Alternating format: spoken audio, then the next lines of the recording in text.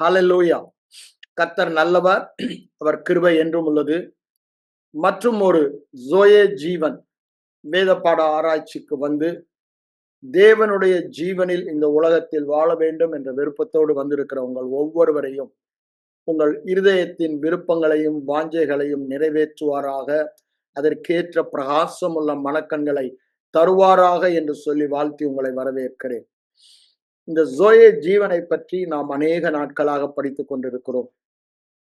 வேதம் சொல்லுகிறது, நாம் 1 யோவான் 5ஆம் அதிகாரத்தில் ஏற்கனவே படித்த வசனம் தான், திரும்ப நான் அதை உங்களுக்கு நினைப்பூட்ட விரும்புகிறேன். ஏன்? இது நம் கண்களை விட்டு பிரியாதிருக்க வேண்டும், இது நம் வாய்களை விட்டு பிரியாதிருக்க வேண்டும், இருதயத்தின் மையத்திலே இதை நாம் காத்து கொள்ள வேண்டும். ஆகவே நாம் திரும்ப திரும்ப திரும்ப அதை நாம் பார்த்து கொண்டிருக்கிறோம். 11ஆம் வசனம் சொல்லுது, தேவன் நமக்கு நித்திய ஜீவனை தந்திருக்கிறார், தரப்போவதில்லை. மறுபடியும் பிறந்த நாளிலே நமக்கு தேவனுடைய ஜீவனை தந்திருக்கிறார். தேவன் நமக்கு, நான் சொல்லும் பொழுது நீங்க உங்க இருதயத்துல சொல்லிக்கொண்டே இருங்க, தேவன் எனக்கு நித்திய ஜீவனை தந்திருக்கிறார். அந்த ஜீவன் அவருடைய குமாரனாகிய கிறிஸ்துவில் இருந்த ஜீவன் என்பதே.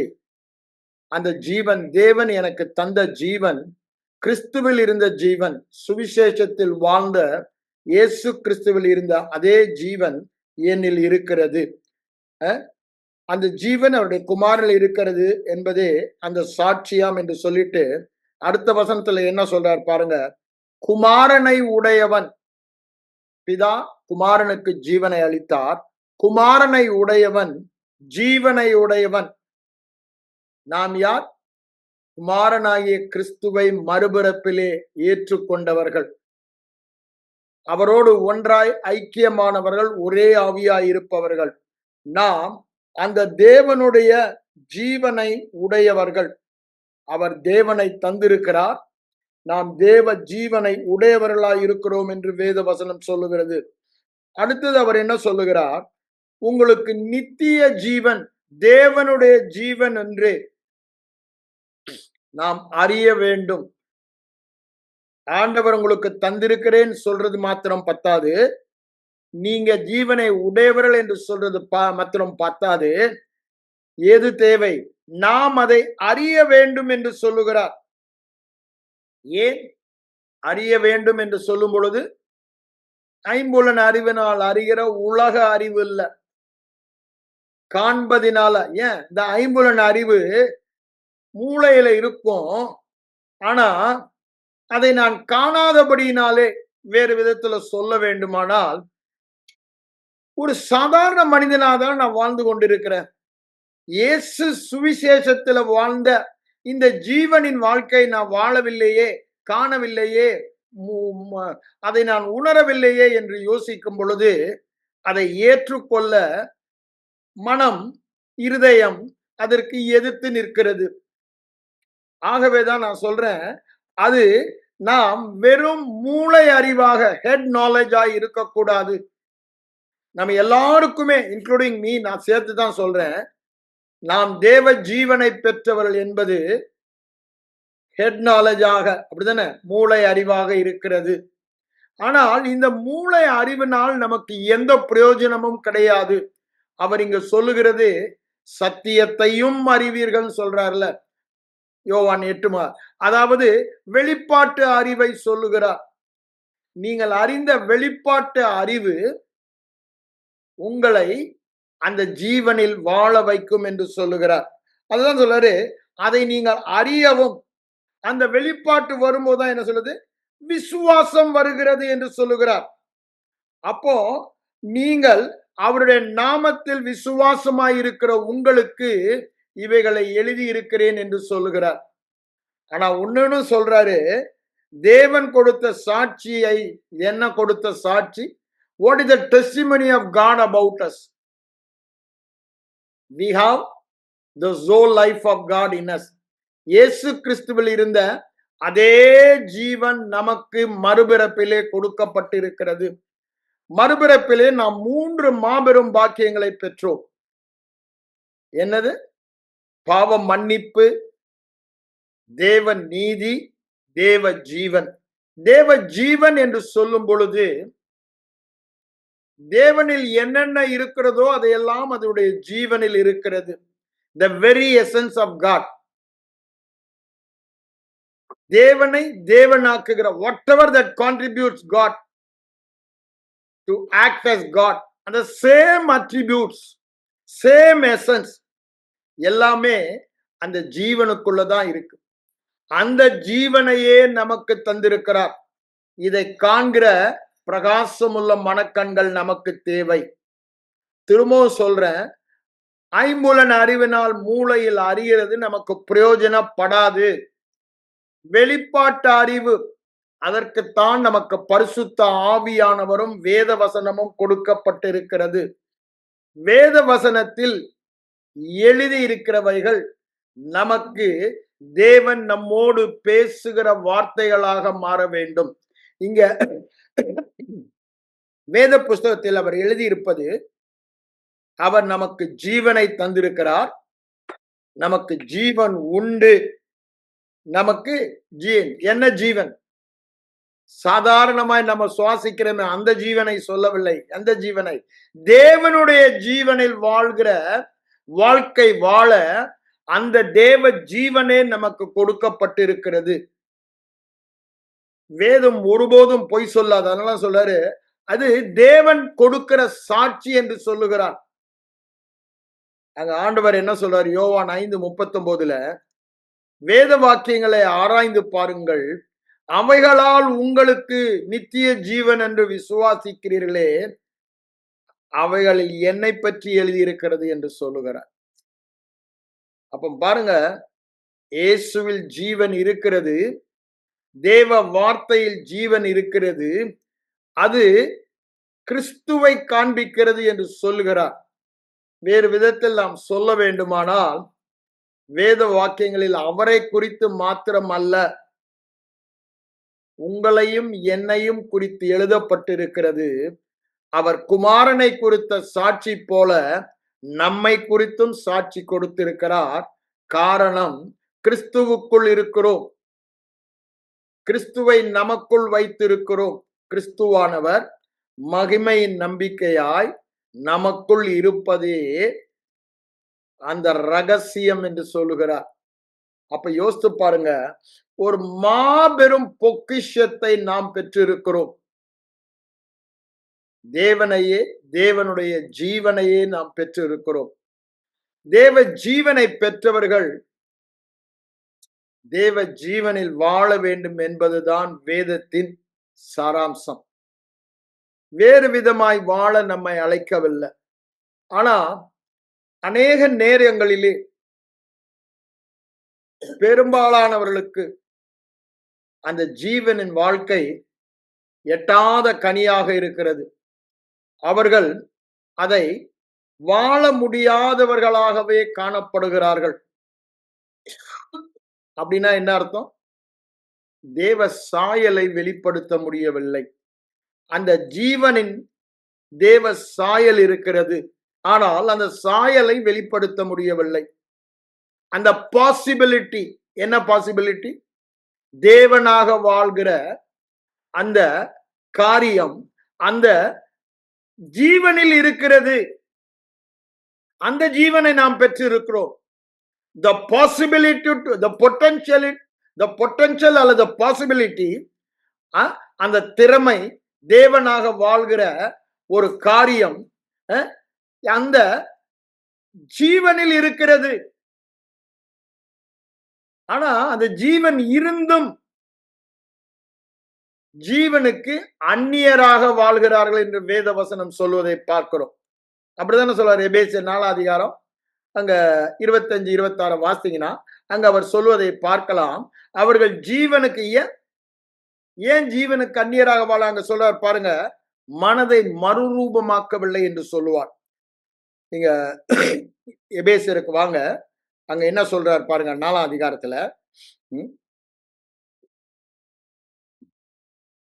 18 வசனத்துல என்ன சொல்றார் பாருங்க. 17 இருந்தே வாசிக்கிறேன். நம்ம சரீர வளர்ச்சி வேண்டும் போல ஆவிக்குரியதிலும் இந்த ஜோ லைஃபிலும் வளர்ச்சி வேண்டும் என்று சொல்லிவிட்டுதான் 17 என்ன சொல்றாரு, நான் உங்களுக்கு சாட்சியாக சொல்லி எச்சரிக்கிறது என்னவென்றால், மற்ற புறஜாதிகளைப் போல வீணான சிந்தையிலே நடவாமல் இருங்கள். வீணான சிந்தை என்றால் பிரயோஜனமில்லாத சிந்தை. ஆண்டவர் கூட சொல்றாரு, இந்த வீணான சிந்தனைக்கு காரணமே வீணான பேச்சு. இந்த வீணான பேச்சுக்கு இடம் கொடுக்க கூடாது. வீணான மனுஷனேன்னு சொல்லி யாக்கோபும் சொல்றாரு.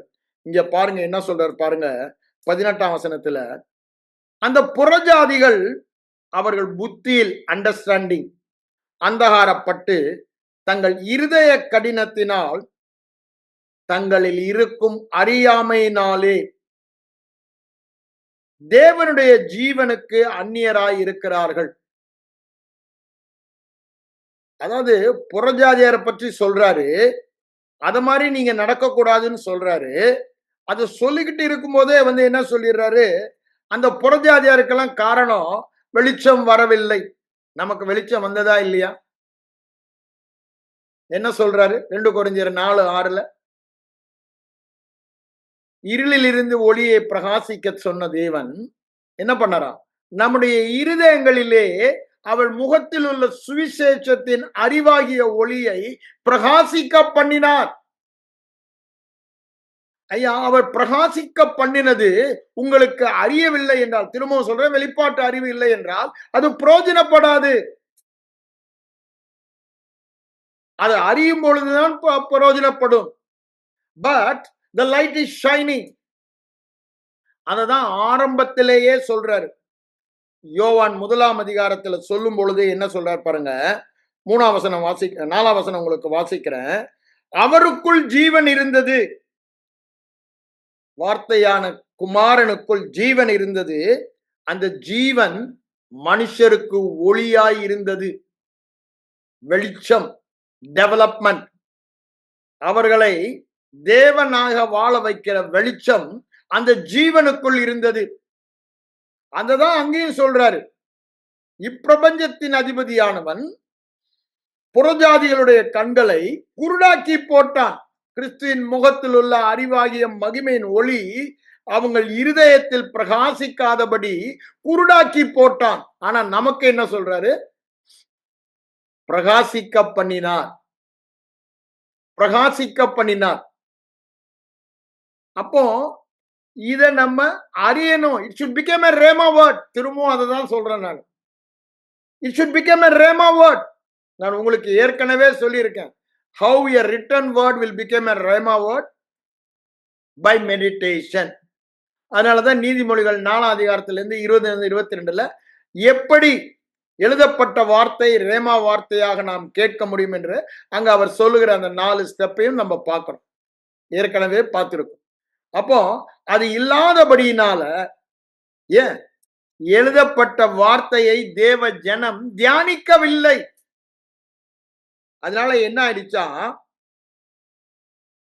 புத்தியில் அந்தகாரப்பட்டு தங்கள் இருதய கடினத்தினால் அறியாமையினால் தேவனுடைய ஜீவனுக்கு அந்நியராய் இருக்கிறார்கள். தேவனுடைய ஜீவனுக்கு அந்நியராய் இருக்கிறார்கள் அப்படின்னா யூ ஹாவ் இட், இல்லைன்னு சொல்ல வரல, பட் ஜீவன் இல்லாதவர்களாக வாழ்ந்து கொண்டிருக்கிறார்கள். அவர்கள் நினைப்பதெல்லாம், அவர்களுக்கு போதிக்கப்பட்டதெல்லாம் பாரம்பரியமாக இது பரலோகம் செல்லும் அனுமதி சீட்டு, இந்த ஜீவன் பரலோகத்தில் நாம் வாழப் போகிற வாழ்க்கை என்று. அதற்காக தேவன் மறுபிறப்புல கொடுக்கலங்க. இந்த உலகத்திலே சுவிசேஷத்தில் கிறிஸ்துவானவர் வாழ்ந்த அதே வாழ்க்கை, அவர் மாதிரியை பின்பற்றி வாழ்வதற்காக தான் அவருக்கு கொடுக்கப்பட்ட அதே ஜீவன் நமக்கு கொடுக்கப்பட்டிருக்கிறது. அப்ப பாருங்க, 2 காரியம் சொல்றாரு அவங்க, இருதய கடினம், அறியாமை, புத்தியில் அந்தகாரம். 3 காரியம் சொல்றாரு, அறியாமை, இருதய கடினம், புத்தியில் அந்தகாரம். அப்படின்னா வெளிச்சம் இல்ல, ஆனா அந்த வெளிச்சம் இந்த ஜீவன் வரும் பொழுது அந்த ஜீவனிலே வெளிச்சம் இருக்கிறது. ஆனா அது எப்படிதான் இருக்கான்? இட் இஸ் டார்மண்ட், புரோஜனம் இல்லாததாய் இருக்கிறது. அந்த டார்மண்டா இருக்கிற வெளிச்சத்தை நாம் தான் அனல் மூட்ட வேண்டும். வை? இந்த நித்திய ஜீவனை, அந்த ஜீவனுள்ள வெளிச்சத்தை நாம் தான் அனல் மூட்ட வேண்டும்.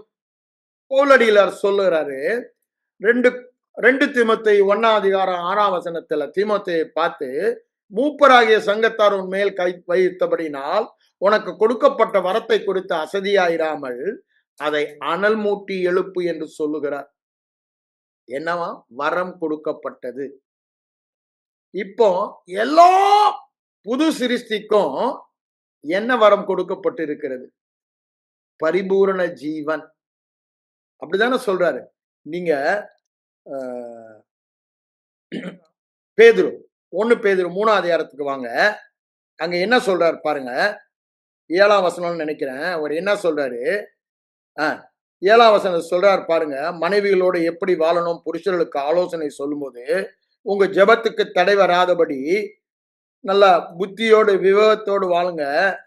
ஏனென்றால் அவர்களும் உங்களோடு கூட நித்திய ஜீவனாகிய கிருபையை சுதந்தரித்துக் கொள்ளுகிறவர்கள். நாம் யார்? நித்திய ஜீவனாகிய கிருபையை சுதந்தரித்துக் கொள்ளுகிறவர்கள். திரும்ப சொல்றேன், கிருபையாகிய நித்திய ஜீவனை சுதந்தரித்துக் கொள்ளுகிறவர்கள். இந்த நித்திய ஜீவன் அது கிருபை என்று பவுலடிகளாரும் சொல்லுகிறார். அப்படிதானே? 6ஆம் அதிகாரத்துக்கு வாங்க. ரோமர்ல கடைசி வசனம் 23க்கு வாங்க. அவர் அங்க என்ன சொல்றார் பாருங்க. 6ஆம் அதிகாரத்துல 23ஆம் வசனத்தில் அவர் சொல்லுகிறாரு, தேவனுடைய கிருபை வரமோ, தேவனுடைய கிருபை வரமோ அப்படின்னு, the gift of grace, கிருபை வரமோ கர்த்தராகிய இயேசு கிறிஸ்துவினால் நமக்கு உண்டான நித்திய ஜீவன், நமக்கு அருளப்பட்ட நித்திய ஜீவன் உங்களுக்கு உண்டு என்று சொல்லுகிறாரே யோவான். அதை தான் அவர் சொல்லுகிறார். நமக்கு அது கிருபை என்று சொல்லுகிறார். அது கிருபை. மேலுமாக அதே ரோமர் 6ஆம் அதிகாரத்துல பாருங்க என்ன சொல்றாரு. 4ஆம் வசனத்துல 4ல என்ன சொல்றாரு பாருங்க. நாமும் புதிதான ஜீவன் உள்ளவர்களாய் நடந்து கொள்ளும்படி. ஐயா, எதற்கு கொடுக்கப்பட்டதா? புதிதான ஜீவன் உள்ளவர்களாக நாம் வாழ வேண்டும்.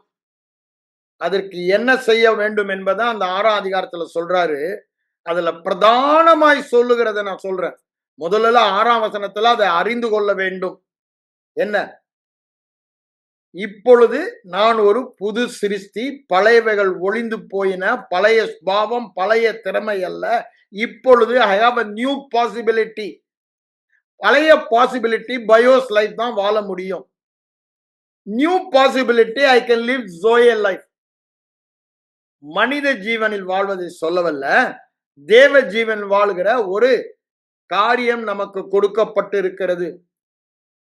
அது நம்மளால முடியும். நம்மளால அதை வாழ்வதற்கு that possibility is given to us, that potential is given to us. அதற்கு தான் அவர் என்ன சொல்றாங்க 6ஆம் வசனத்துல, நீங்கள் அறிய வேண்டும் என்று சொல்லுகிறார்.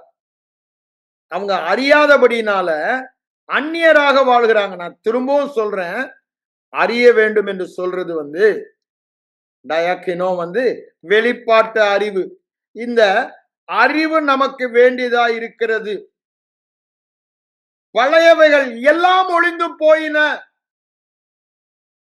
நான் புது மனிதன், இதுவரை ஒருபோதும் இல்லாத ஒரு புது மனிதன், கிறிஸ்துவை தரித்துக் கொண்டிருப்பவன், கிறிஸ்துவாய் இருப்பவன், கிறிஸ்துவாக வாழ்கிற சகல திறமைகளையும் சுபாவங்களையும் வல்லமைகளையும் உடையவன். அப்போ நம்முடைய மனமெல்லாம், நம்முடைய எண்ணமெல்லாம் மாற்றப்படாமல் இருக்கிறபடியினால் ஒண்ணும் நம்முடைய எண்ணம் என்னதான் சொல்லுது? You cannot. நாம் கிறிஸ்துவாக வாழ வேண்டியவர்கள். உன்னால் முடியாது என்று மனம் சொல்லுகிறது. ஆனால் வேதத்தின் சத்தியம் என்ன? ஒருவன் கிறிஸ்துவுக்குள் இருந்தால் இஸ் a நியூ மேன். மெய்யான நீதியிலும் பரிசுத்தத்திலும் கிறிஸ்துவை தரித்துக் கொண்டிருக்கிறார். அப்படிதான் அங்க 4 எபேசியர் 4:24 சொல்றாரு. அங்க 3:10 கொலோசையர்ல சொல்றாரு. 1 யோவான் 4:17 சொல்லும் பொழுது அவர் இருக்கிற வண்ணமாகவே நாம் இருக்கிறோம் என்று சொல்லுகிறார். அதே 1 யோவான் 3ஆம் அதிகாரம் ஆரம்பிக்கும். Now we are the sons of God. இப்பொழுது நாம் தேவனுடைய புத்திரர் புத்திரிகள் என்று சொல்லுகிறார். மகன் மகள்கள் என்று சொல்லுகிறார். காரணம் என்ன? தேவ ஜீவனை பெற்றிருக்கிறோம். இப்பொழுது sons of God means in a way they are the gods of this earth. அப்படிதானே ஆண்டவர் நம்மை பார்த்து என்ன சொல்றாரு? இந்த உலகத்துக்கு அதிபதி நீதாண்டான்றார். ஏன்? அதை ஆளும் அதிகாரத்தை மனிதனுக்கு கொடுத்து விட்டார். பூமியையோ மனிதனுக்கு கொடுத்தார். 115ஆம் சங்கீதம் 16ஆம் வசனம் நமக்கு சொல்லுகிறத பார்க்கிறோம். அங்க 8ஆம் சங்கீதம் 6ஆம் வசனத்திலும் அதை பார்க்கிறோம். ஆதியாகமம் 1ஆம் அதிகாரம் 28லயும் நம்ம பார்க்கிறோம். அப்ப பாருங்க, தேவன் அதை செய்வதற்குத்தான் நமக்கு இந்த உலகத்தை ஆண்டுகொள் என்று சொல்லும் போனாரே, அதற்குத்தான் அந்த தேவ ஜீவனாகிய சாயலை நமக்கு கொடுத்திருக்கிறார். No the reason. ஆனா அதை இங்க என்ன சொல்றாரு பாருங்க, நாம் அறிய வேண்டும், எண்ணிக்கொள்ள வேண்டும், அவ்வாறு வாழ வேண்டும் என்று அங்க சொல்வதை பார்க்கலாம். அதை மெயினா நான் சொல்ல போறது வெளிப்பாட்டு அறிவு. அது நாம் பெறுவது தியானத்தினால். எப்படி ஆபிரகாம் எண்ணிக்கொண்டான், அவ்வாறுதான் நாமும் எண்ணிக்கொள்ள முடியும். அப்படிதானே? சாரால் கற்பம் செத்து போனதையும், அப்படிதானே, தனக்கு வயது முதிர்ந்ததையும் அவன் எண்ணாதிருந்தான் என்று வேதவதம் சொல்லுகிறது. நீங்க அங்க பாருங்க, 20ஆம் வசனம் வாக்குறேன். அவன் 19ஆம் வசனத்துல ரொம்ப கிளீனா போட்டிருக்கு. விசுவாசத்தில் பலவீனமாய் இருக்கவில்லை, 100 வயது. இப்போ என்னுடைய வாழ்க்கையில நான் பார்க்கும் பொழுது இந்த தேவ ஜீவனில வாழ்றதற்கு எதிர்மாறானதுதான் எல்லாமே காணப்படுது. பலவீனமோ, வியாதியோ, தரித்திரமோ, கோபமோ எல்லாமே காணப்படுது. ஆபிரகாமுக்கு என்ன காணப்பட்டது? 100 வயது. That means what is the meaning? சான்ஸே இல்ல. நம்முடைய சூழ்நிலை என்ன? அதேதான், சான்ஸே இல்ல தேவ ஜீவனை. ஆனா அவன் 100 வயதில் இருக்கும்போது சரீரம் செத்து போனதையும் சாராளுடைய கற்பம் செத்து போனதையும் எண்ணாதிருந்தான். அப்போ அவன் எதை எண்ணுகிறான்? வாக்குத்தத்தம் பண்ணினவர் அந்த வாக்கை எண்ணுகிறான். இங்க அததான் எண்ணிக்கொள்ளுங்கள் என்று சொல்லுகிறார். He was reckoning, லோகிசமாய், கிரேக்க வார்த்தை லோகிசமாய், அதாவது இல்லாத ஒன்றை இருக்கிறதாக என்ன சொல்லவில்லை. வேதம் ஒருபோதும் அவ்வாறு சொல்லாது. இருக்கிற ஒன்றை நீ காணாதபடியினாலே எண்ணிக்கொள்ள சொல்லுகிறார். பேங்க்ல பணம் இல்லாம பணம் இருக்குன்னு என்ன சொல்லல. ஆனா ஆவி மண்டலத்துல இந்த ஜோய ஜீவன் இருக்கிறபடினால நீ எண்ணிக்கொண்டு அதை வித்ரா பண்ண முடியும் என்று சொல்லுகிறார். ஏன் எண்ணிக்கொள்ளுகிறோம்? அது இருக்கிற என்று தேவன் சொல்லுகிறபடியால். நான் எண்ணிக்கொள்ளுகிறபடினால அந்த ஜீவன் வரப்போவதில்லை. ஏற்கனவே அந்த ஜீவன் எனக்குள் இருக்கிறது. ஆனால் அதை நான் உபயோகப்படுத்த அறிந்து கொள், எண்ணிக்கொள் என்று சொல்லுகிறார். இந்த ஜீவனை நான் அந்த புதிதான ஜீவனில் வாழும்படி அறிந்து கொள். உன்னையும் சொல்றார் அடுத்த அதிகாரத்துல, you are no longer under law but you are under grace. ஆகவே இந்த ஜீவனில் வாழ்வதற்கு அது பிரதானம் என்று அந்த 7 4லயும் 7 6லயும் சொல்வதை நாம் பார்க்கிறோம். இங்க நான் என்ன சொல்ல வரேன்னா, இந்த ஜீவனை பற்றி அறிவு இல்லாதபடியினால், வெளிப்பாட்டு அறிவு இல்லாதபடியினால், we are not reckoning, அது நமக்கு இருப்பதாக நாம் எண்ணிக்கொள்ளுவதில்லை. லொகிசோமை அப்படிதானே? இல்லாததை இருக்கிற போல் அழைக்கிற தேவன் என்று இங்கு சொல்லப்பட்டாலும், ஆவி மண்டலத்தில் இல்லாதது, சாரி, சரீர மண்டலத்தில் இல்லாதது ஆவி மண்டலத்தில் இருக்கிறது. நான் ஐம்புலன அறிவுனால அதை அறிய முடியவில்லை சரீர மண்டலத்துல. ஆனால் அது தேவ வார்த்தை சொல்லுகிற ஆவி மண்டலத்தில் இருக்கிறது. தேவனை தேவனாக வாழ வைக்கிற அதே ஜீவன் எனக்குள் உங்களுக்குள் இருக்கிறது. நமது ஆவியில் ஆவியானவருக்குள் நமக்குள் இருக்கிறது. The Holy Spirit is the custodian of this life. அப்போ அவரோடு உள்ள ஐக்கியத்தினால் தான் இந்த ஜீவனில் வாழ முடியும். நான் இங்க என்ன சொல்றேன், முதல்ல நம்ம செய்ய வேண்டியதை நாம் செய்ய வேண்டும். அங்க ஆபிரகாம் என்ன பண்ணா, எதை எண்ணிக்கொள்ளவில்லை, எதை எண்ணிக்கொண்டான்? தன்னுடைய ஐம்புலன் அறிவு சொல்லுகிறதை அவன் எண்ணவில்லை என்று அங்க சொல்லுவதை நாம் பார்க்கிறோம் 18ஆம் வசனத்துல. ஆனா எதை எண்ணினான்? தேவன் சொல்லுவதையே எண்ணினான். அவனுக்கு தெரியாத 100 வயசு ஆயிடுச்சு, கற்பம் செத்து போச்சு, தன்னுடைய சரீரம் செத்து போச்சு, இனி ஒரு பிள்ளை கூட பிறக்கிற சான்ஸ் இல்லை, அப்புறம் எப்படியா ஜாதிகள் தான் தெரியும். ஆனா வாக்கு தத்தம் பண்ணினவர் இன்னார் என்று அவன் அறிந்தான். என்ன அறிந்தான்? இல்லாதவைகளை இருக்கிற போல் அழைக்கிற தேவன், மரித்தோரை உயிரோடு எழுப்புகிற தேவன். இது அவன் நன்கு அறிந்து வைத்திருந்தான். ஆகவேதான் அவர் தன் பெயரை மாற்றின பொழுது அவனும் அவ்வாறு பேச ஆரம்பித்தான்.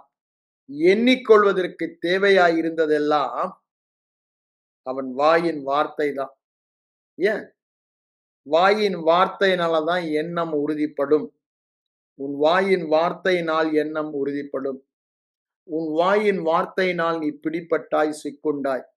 உன் வாயின் வார்த்தை தான் எண்ணங்களை பிடிக்கிறது. ஆகவே அவன் எண்ணுவதற்கு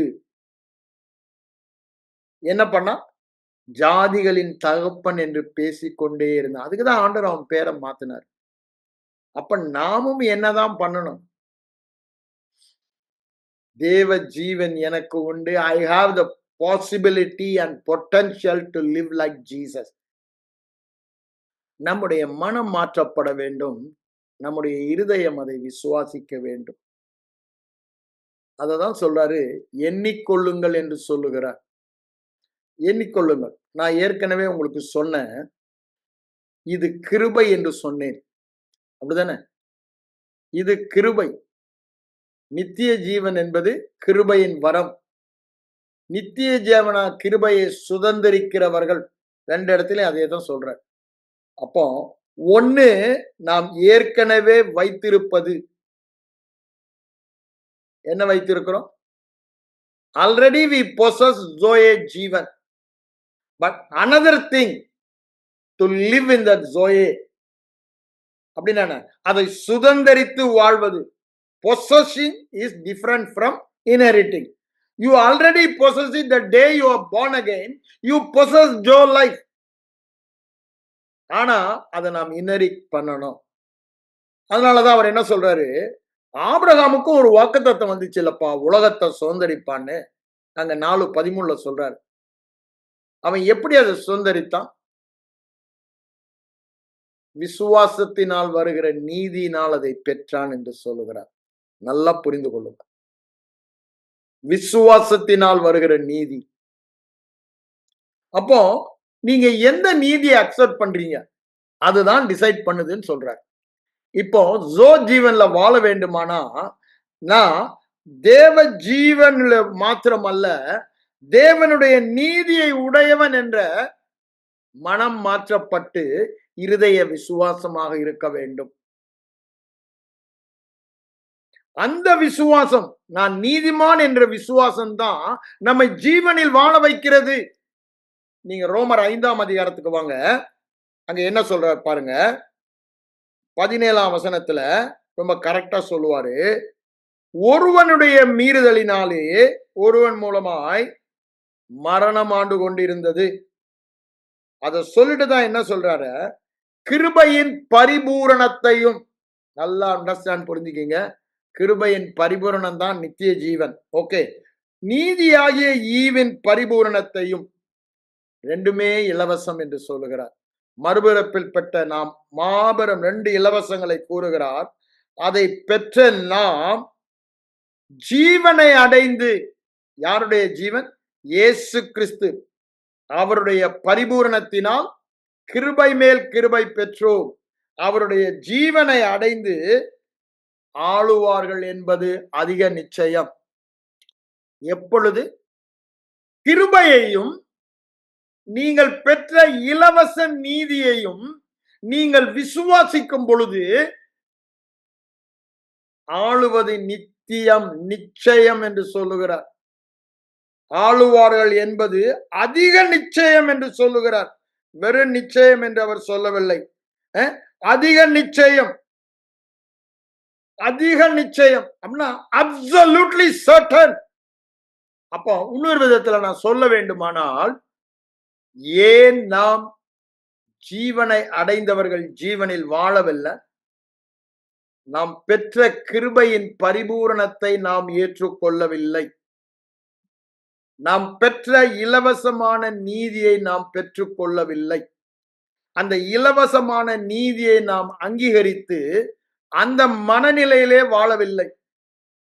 அந்த மனநிலையில வாழ்ந்தா எப்படிதான் வாழ்வோம்? நான் ஏதாவது செய்யணுமேன்ற எண்ணமே இருக்காது. அப்படிதானே? நான் பரிசுத்தமா வாழணுமே, ஆண்டவரை பிரியப்படுது இருக்காது.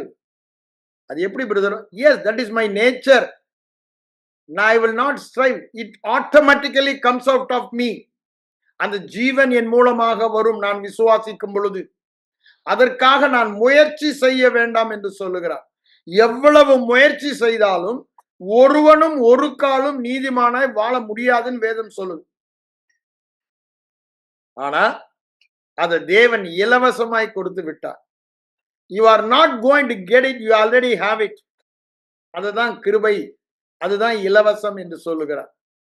அதை நீங்க விசுவாசித்தாதான் இந்த ஜீவனில் வாழ முடியும்ன்றார். பெற்றுக்கொள்றது விசுவாசிக்க, டு ரிசீவ் இட். எல்லாமே எப்படிதான்? பை மெடிடேஷன் தான். பை மெடிடேஷன் தான். அந்த மெடிடேஷன் இல்லாம யூ கேனாட் ரிசீவ் இட். அப்போ த மெயின் கண்டிஷன் அவர் அங்க என்ன சொல்றாரு? நாம் ஜீவனில் வாழாமல் இருக்க காரணம் என்ன, எவ்வாறு வாழ முடியும் என்பதை பார்த்து கொண்டிருக்கிறோம். கிருபை என்பதை ஏற்றுக்கொள்ள வேண்டும். அப்போ கிருபை என்றால் என்ன? நித்திய ஜீவனாகிய கிருபையை சுதந்தரிப்பவர்கள் என்றால் என்ன? இது ஓன் திறமை இல்லடா, அப்படிதானே? இது தேவன் செய்தது. அதுதான் கிருபை. கிருபை என்பது இயேசு சிலுவையில் செய்தபடினால நீ அந்த ஜீவனில் வாழும் பொட்டன்ஷியல் இருக்கிறது, வாழலாம் என்று சொல்லுகிறார். அது கிருபை. உனக்கு வேற எந்த திறமையும் வேண்டாம். நீ இன்னும் பரிசுத்தமாகணும், இன்னும் உபவாசம் போடணும், ஜெபிக்கணும், அது மாதிரி எதுவுமே இல்லை. அது கிருபை என்று சொல்லுகிறார். அது ரொம்ப அழகா அந்த ரோமர் 4:16 சொல்லுவாரு. அது கிருபையா இருந்தால் எப்படிதானா? அது கிருபையா இருந்தால் நாம் விசுவாசத்தினால் பெறுவது, யாராயிருந்தாலும், புறஜாதினாலும் சரி யூதரானாலும், அது கிருபையா இருக்கிறபடியினால், அங்க அப்படித்தானே சொல்றாரு, சுதந்தரிப்பது அதிக நிச்சயம் என்று அங்கேயும் அதான் சொல்றார். இப்போ நித்திய ஜீவனாகிய கிருபையை சுதந்தரிப்பது எப்படியா? விசுவாசத்தினாலே என்பதை சொல்லுகிறார். அங்க ஆபிரகாமும் அத விசுவாசத்துல சுதந்தரித்தான் நம்ம பார்த்தோம். இப்போ விசுவாசத்தினாலே நாம் சுதந்தரிக்க வேண்டும். அது எப்போ நமக்கு ஈஸின்றாரு, சுலபன்றாரு? அது கிருபையா இருந்தாதான். ஆனா அது கிருபன் வேத வசனம் சொல்லுது. கிருபை வரமோ நித்திய ஜீவன். நித்திய ஜீவனாகிய கிருபையை சுதந்தரித்துக் கொள்ளுகிறவர்கள். அப்போ அங்க நம்முடைய முயற்சிக்கு இடமே இல்லை. எல்லாமே அவர் செய்தது. ஆனா மனநிலை எப்படி இருக்க வேண்டும்? கிருபையின் மனநிலையாய் இருக்க வேண்டும். பவுல் என்ன சொல்றார் பாருங்க, ஜீவிப்பது நான் அல்ல, கிறிஸ்துவே என்னில் ஜீவிக்கிறார். நான் இப்பொழுது இந்த சரீரத்தில் ஜீவிப்பது என் மேல் அன்பு கூர்ந்து எனக்காக மரித்து உயிர்த்தெழுந்த கிறிஸ்துவை பற்றும் விசுவாசத்தினால் வாழ்கிறேன் சொல்லிட்டு அவருடைய கிருபையை நான் விருதாவாக்க மாட்டேன். என்ன சொல்றாரு? என் முயற்சினால நான் தேவனை பிரியப்படுத்தணும், என்னுடைய கிரியையினால அப்படின்ற ஒரு எண்ணங்கள் இருந்தாலே அந்த கிருபையை நான் விருதாவாக்குறேன். அதனாலதான் சொல்றாரு விருதாவாக்க மாட்டேன்னு சொல்லிட்டு, என் சுயபலத்தினால் நீதிமான ஆகணும்னா ஆக முடிந்தா அவருடைய மரணத்தை வீணாக்குகிறேன் என்று சொல்லுகிறார். அந்த வசனத்தையே உங்களை எடுத்து வாசிக்கிறேன். 2:21 பாருங்க, கலாத்தியர்ல ரொம்ப தெளிவாக அவர் அங்க சொல்லுவதை நாம் பார்க்கலாம். கடைசி வசனம், நான் தேவனுடைய கிருபையை விருதாவாக்குறதில்லை, தேவனுடைய நீதி என்னுடைய கீழ்ப்படுதலினால் நான் எல்லா கற்பனைகளையும் கை கொள்ளுகிறதுனால் வருமானால் கிறிஸ்து மரித்தது வீணாயிருக்குமே என்று சொல்லுகிறார். மனநிலையிலே ஒரு மாற்றம் வர வேண்டும். அதனாலதான் அவர் என்ன சொல்றாரு பாருங்க, பிலிப்பியர் 3:9 வசனத்துல, என் சுய நீதியினால என்னுடைய கிரியையினால வருகிற மனுஷன் ஏன் நீதி இல்ல, நான் ரொம்ப நல்லவனா எந்த தப்பும் பண்ணாம வாழ்றேன்ல. ஏன்னா மனநிலை அப்படிதான் இருக்கும். பிசாசு அங்கதான் நமக்கு போராட்டத்தை கொடுக்கிறான். அதற்காக அல்ல, விசுவாசத்தினால் வருகிற தேவனால் உண்டாயிருக்கிற நீதியை அடையும்படி இந்த என்னுடைய கிரியையினால் வருகிற நீதி, அதுக்கு முன்னாடியே சொல்லிடுறார் தான் யாருன்றது சொல்லிடுறாரு தன்னுடைய நிலைமைய. ஆனா அத குப்பை, அது தூசி, ஒன்றுக்கும் உதவாது. ஆகவே எனக்கு லாபமாயிருப்பது எது? ஆதாயப்படுத்திக் கொள்ளும்படின்றார். ஆதாயப்படுத்திக் கொள்ளும்படி, நான் இந்த தேவ ஜீவனில் வாழ ஆதாயப்படுத்திக் கொள்ளும்படி இத ஒண்ணுதான் போக்கஸ் பண்றேன். கிறிஸ்துவுக்குள் இருக்கிறவன். அடுத்தது என்ன சொல்ற? தேவ நீதி இலவசமாக கிருபையினால் கொடுக்கப்பட்ட தேவன் நீதி உடையவன் என்று அந்த மனநிலையில் அந்த விசுவாசத்தில் காணப்பட, அதில் வாழ, அததான் நான் முயற்சிக்கிறேன், தொடருகிறேன், மற்றவையெல்லாம் தள்ளி போடுறேன்ற. அதுதான் அங்க முக்கியமா இருக்கு. அதேதான் திரும்பி அந்த 5ஆம் அதிகாரத்திலும் சொல்றான். 2ஆம் வசனத்துல என்ன சொல்றாரு? இத நான் வீணாக்க மாட்டேன்றது திருப்பி அங்க சொல்றதை நம்ம பார்க்கிறோம். கலாத்தியர் 5:2 பாருங்க, அவர் என்ன சொல்றாரு? ஒரு பிரயோஜனமும் இல்லை என்றாரு. எதுங்க ஒரு பிரயோஜனம் இல்ல? உங்க கிரியை என் கிரியை. ஏன்? அது செத்த கிரியைன்னு வேதவசனம் சொல்லுது.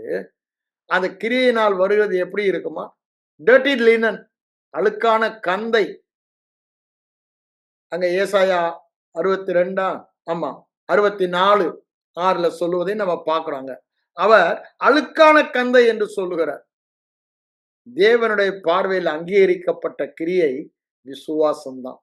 எது மேல உள்ள விசுவாசம்? கிருபை. கிருபை என்று ஒன்று இல்லை என்றால் அங்க விசுவாசம் இருக்க முடியாது. ஆனா நம்ம ஜனங்க எல்லாம் ஒத்துக்குவாங்க, தேவன் நமக்கு நியமித்த வழி விசுவாசத்தினாலதான் பொழைக்கணும். ஏன்? நீதிமான் தன் விசுவாசத்தினால் பிழைப்பான். ஆனா அவங்க பேசுறது கேட்கறதெல்லாம் நியாயப்பிரமாணம். வேத வசனம் என்ன சொல்லுது? அங்க பாருங்க, இந்த கலாத்தியர்ல ரொம்ப நல்லா தான் சொல்லுவார் அவரு.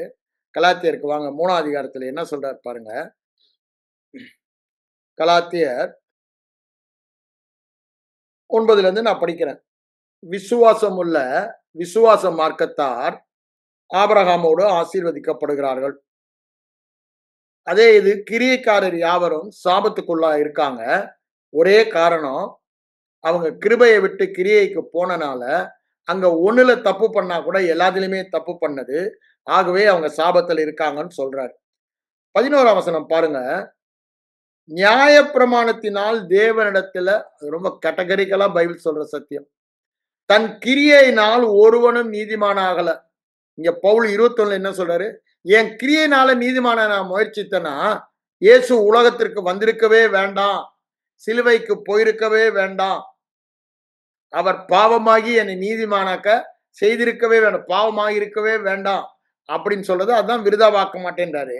இங்க என்ன சொல்றாரு பாருங்க, நியாய பிரமாணத்தினாலே ஒருவனும் அது முடியாத காரியம்.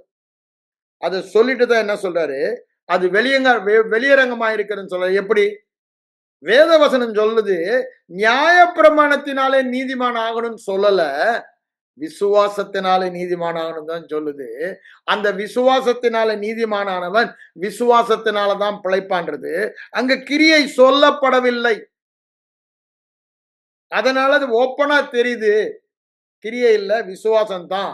அப்படின்னா நியாயப்பிரமாணம் இல்ல சுவிசேஷம் தான் சொல்லிட்டு 12ஆம் வசனம் என்ன சொல்றாரு பாருங்க, நியாயப்பிரமாணமோ விசுவாசத்துக்குரியதல்ல, விசுவாசத்தினால் நீதிமான் பிழைப்பான். எதை விசுவாசிப்பதினால்? சுவிசேஷம் சொல்லுகிறது அவர் பாவமானபடினாலே நான் நீதிமான், கிறிஸ்துவே என் நீதியானார், அவரே என் தகுதியானார். இது சுவிசேஷம் சொல்லுது.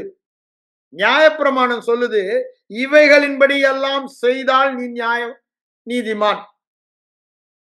அதனால தெளிவா தெரியுது, புதிய ஏற்பாட்டில் ஆண்டவர் சொல்லுகிற புதிய உடன்படிக்கையில விசுவாசத்தினால் நீதிமான் பிழைப்பான்.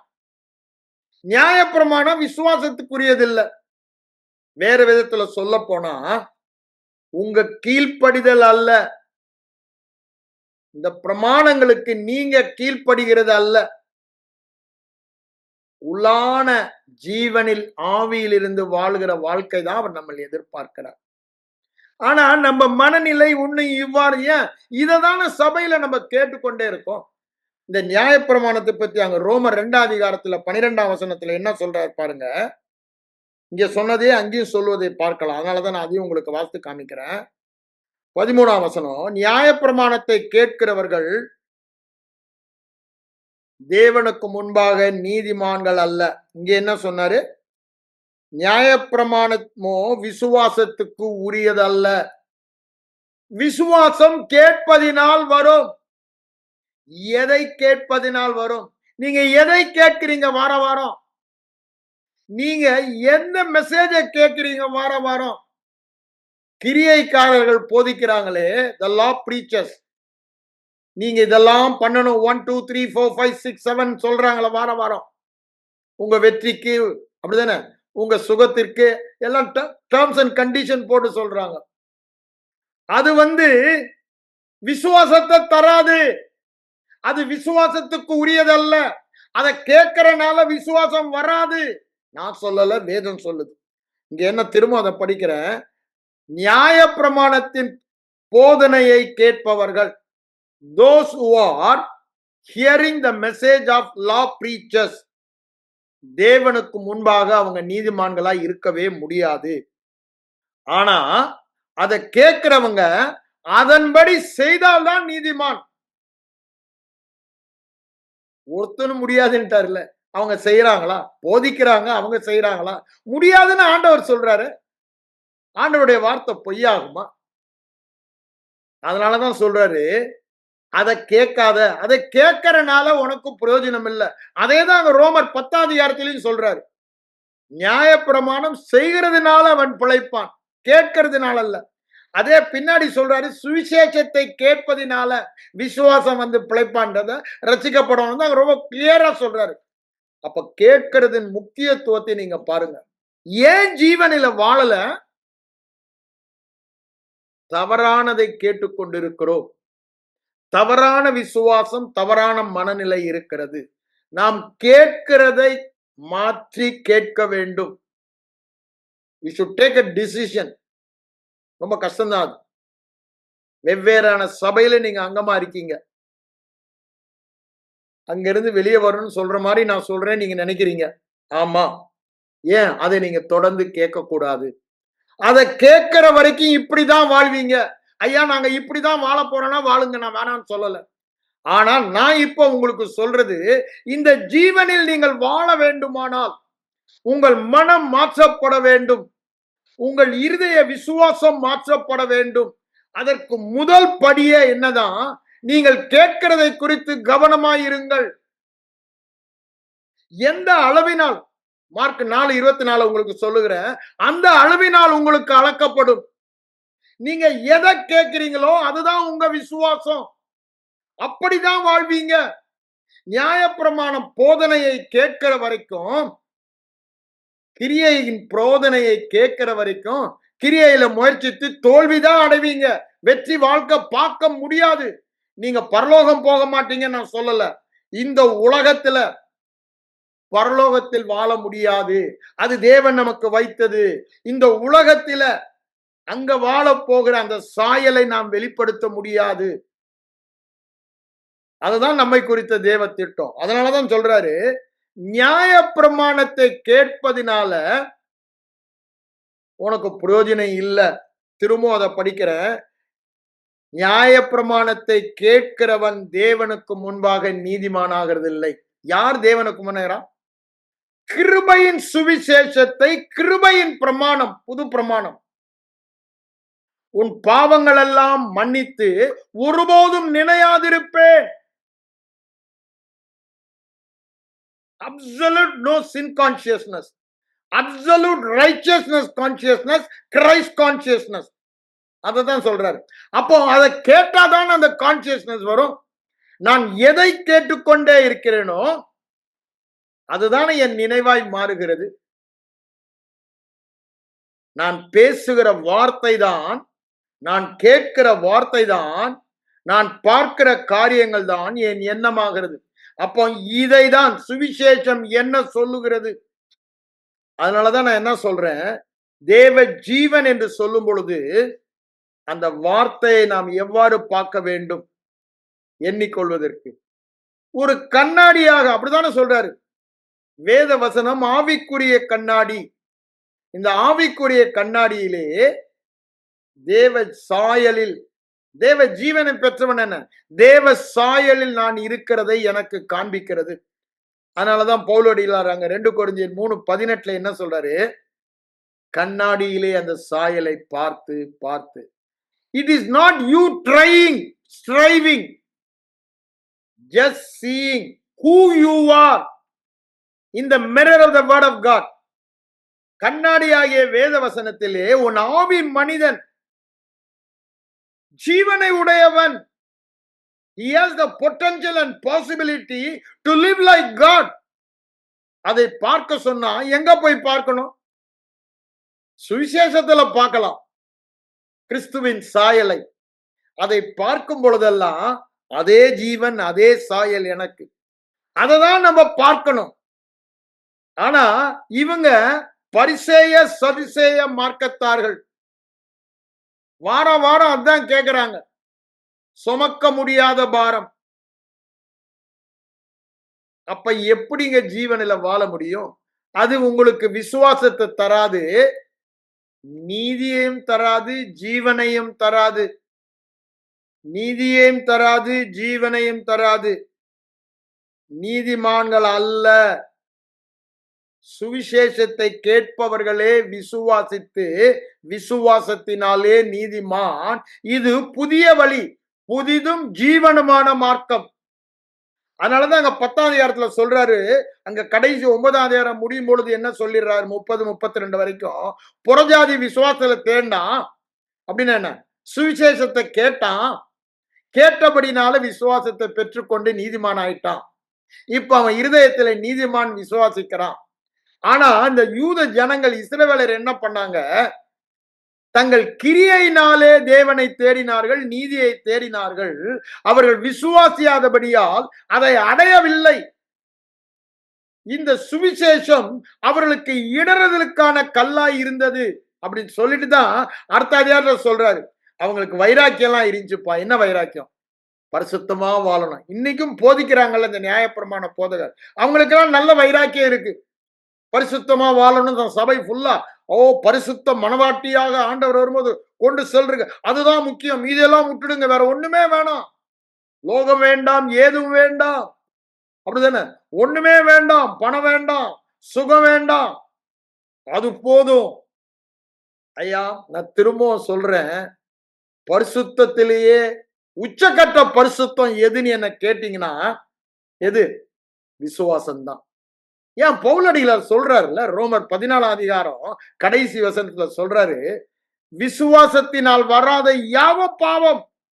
அப்போ விசுவாசத்தில் வாழ்வதுதான் உச்சக்கட்ட பரிசுத்தம். அத அவங்க புரிந்து, ஏன் எப்ப விசுவாசத்துல வாழ முடியும்? அது கிருபையை நீங்கள் கேட்டுக்கொண்டிருந்தால் தான். நீங்க கேட்கிறது நியாயப்பிரமாணமா இருந்தா நீதிமானாக முடியாது, தேவனால் அங்கீகரிக்க முடியாது, தேவ தயவை நீங்கள் பெற்று வாழ முடியாது. அததான் அவர் அங்க சொல்றாரு 2ஆம் அதிகாரத்துல. அததான் இங்க ரோமர் 10ஆம் அதிகாரத்திலும் அவங்க தங்க சுய நீதியை நிலைநாட்ட விரும்புகிறார்கள். அழுக்கான கந்தன்ட்டாரு, ஒருவனும் முடியாதுன்ட்டாரு. ஆனா அவங்க முயற்சிக்கிறாங்க. அதனாலதான் பவுலடிகளார் சொல்றாரு, நீங்க இவ்வளவு முட்டாள்களான்னு கேட்கிறார். 3ஆம் அதிகாரத்துக்கு வாங்க. அவர் என்ன சொல்றார் பாருங்க. ஆரம்பத்திலேயே முட்டாள்களேன்னு தான் அவர் ஆரம்பிப்பதை நாம் பார்க்கலாம். புத்தி இல்லாத கலாத்தீரே என்றார். ஏன்? 3ஆம் வசனத்துல பாருங்க என்ன சொல்றாரு, ஆவியினாலே ஆரம்பம் பண்ணினீர்கள். அப்படின்னா என்ன அர்த்தங்க? இப்போ மாம்சத்துல முடிய போறீங்க, கிருபையை சார்ந்து நீங்க ஆரம்பம் பண்ணினீங்க, கிருபையை சார்ந்து ஜீவனை பெற்றுக் கொண்டீர்கள். இப்பொழுது நீங்க முயற்சிக்கிறது என்ன? இந்த நித்திய ஜீவனை கிருபையினால் பெற்றீர்கள். இப்போ இந்த நித்திய ஜீவனில் வாழ நீங்க கிரியைக்கு போறீங்க. அததானே சொல்றாரு. உங்க மாம்ச முயற்சிக்கு போறீங்க, கிரியைக்கு போறீங்கன்றார்.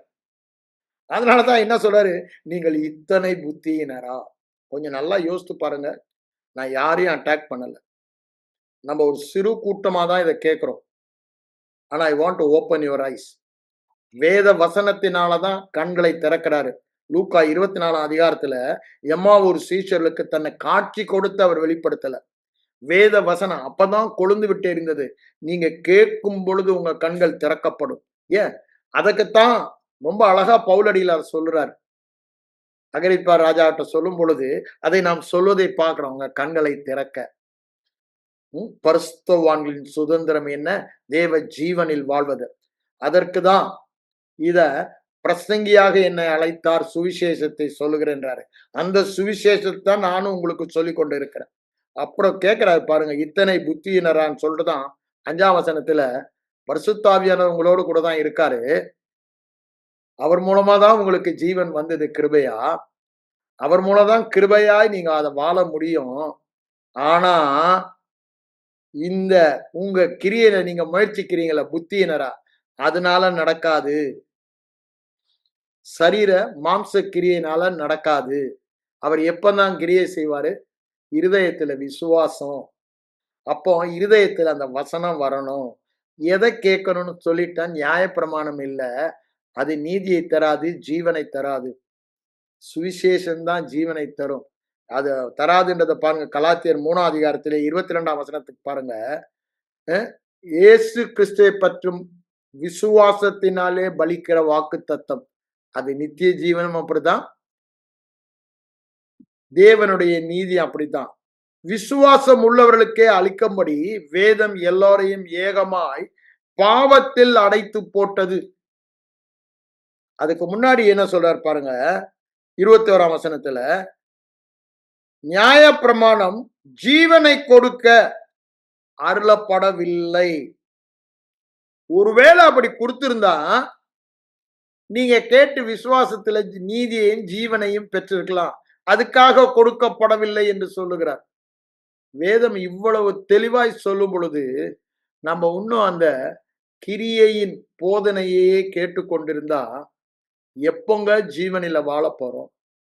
இங்க கேட்கிறதன் முக்கியத்துவத்தை 3ஆம் அதிகாரத்துல சொல்றாரு. அதைத்தான் ரோமர் 10ஆம் அதிகாரத்துல சொல்றாரு. எதை நீங்கள் கேட்க போகிறீர்கள்? நான் சொன்னேன், அந்த சுவிசேஷத்தை கண்ணாடியில் பார்ப்பது 2 காரியம்தான். ஒன்னு பார்ப்பது, அடுத்தது கேட்பது. நீ எதை பார்க்கிறாயோ அதை சுதந்தரித்துக் கொள்ளுகிறாய். நீ எதை கேட்கிறாயோ அதை நீ சுதந்தரித்துக் கொள்ளுகிறாய். இது ஆவி மண்டலத்துல மாறாத பிரமாணம்.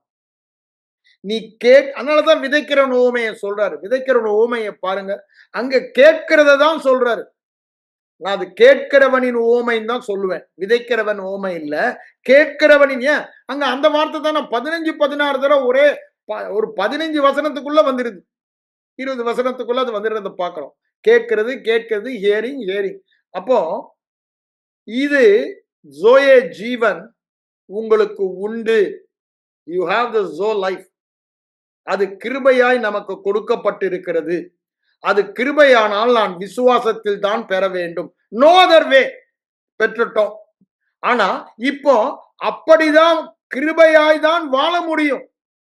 அந்த ஜீவனை நம்மை வெளிப்படுத்துவதற்கும் கிருபைதான். அது விசுவாசத்தினாலதான். அப்போ எப்படி நாம் ஜீவனை பெற்றோமோ விசுவாசித்து ரோமர் 10 அதே மாதிரி தான் இப்போ அதில் வாழ்வதும் அதுதான். No different method. God's method is one and the same. Only way.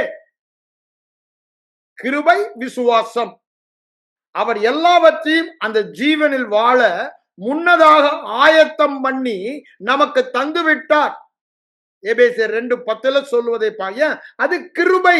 அவருடைய கிருபையின் மகா மேன்மையான ஐஸ்வர்யத்தை காண்பிக்கத்தான் அவ்வாறு செய்து விட்டார். உனக்கு வேலையே இல்லைன்றாரு.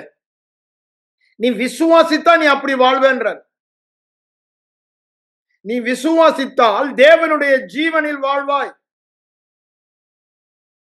அப்போ அதுக்கு தான் சொல்றாரு இந்த விதைக்கிறவன் ஓமைய. அப்போ பாருங்க, அந்த விதையில அது என்ன விதைன்னு சொல்லுதோ அத லட்சக்கணக்கில் ப்ரொடியூஸ் பண்ண பழங்களை உண்டு பண்ணுகிற பாசிபிலிட்டி அண்ட் பொட்டன்ஷியலிட்டி எல்லாமே இருக்கு. Same thing with the word. இன்னைக்கு நம்ம வாசித்தோம்.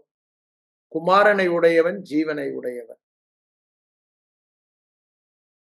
அந்த ஜீவன் மனுஷருக்கு ஒளியாய் இருந்தது. எந்த மனுஷனையும் பிரகாசிக்க வைத்த ஜீவன். அப்போ அந்த வார்த்தையில அது என்ன சொல்லுது? எந்த மனுஷனையும் தேவ சாயலை வெளிப்படுத்தும் பொட்டன்ஷியல் அண்ட் பாசிபிலிட்டி அந்த வார்த்தையில இருக்கிறது. அப்போ என்னதான் பண்ணணும்?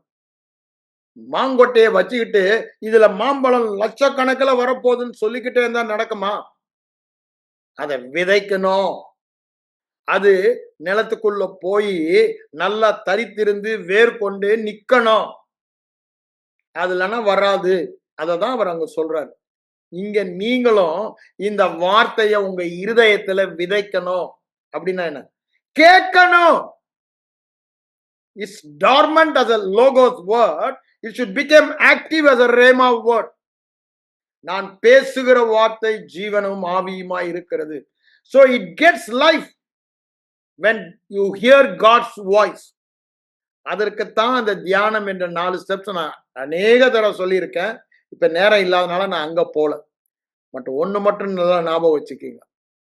இந்த தேவ ஜீவனை வெளிப்படுத்துவதும் நான் சொன்னல சுகத்துல அதேதான். No other way brother. ஒரே வழி, புதிதும் ஜீவனமான மார்க்கம். அது கிருபையின் மார்க்கம். புது உடன்படிக்கை, புதிய வழி, கிருபையின் வழி. அந்த வழியில் நுழைவதற்கு விசுவாசம். access is only through faith. We have so life. தேவ ஜீவன் நமக்கு இருக்கிறது. அது கிருபை. அதை வாழ்வதும் கிருபை. எவ்வாறு அதை நாம் பெற்றோம்? விசுவாசத்தினாலே. அதே விசுவாசத்தினால் தான் நாம் இப்பொழுது வாழ முடியும். அதனாலதான் ரோமர் 10க்கு போங்கன்ற. அது உனக்கு சமீபமாய் உன் வாயிலும் இருதயத்திலும் இருக்க வேண்டும். அது நாங்கள் பிரசங்கிக்கிற ஜீவனின் வார்த்தை. ஜோ ஜீவனின் வார்த்தை. உங்களுக்கு ஜோ ஜீவன் உண்டு. தேவன் அதை உங்களுக்கு தந்திருக்கிறார். நீங்கள் ஜீவனில் வாழ வேண்டும்.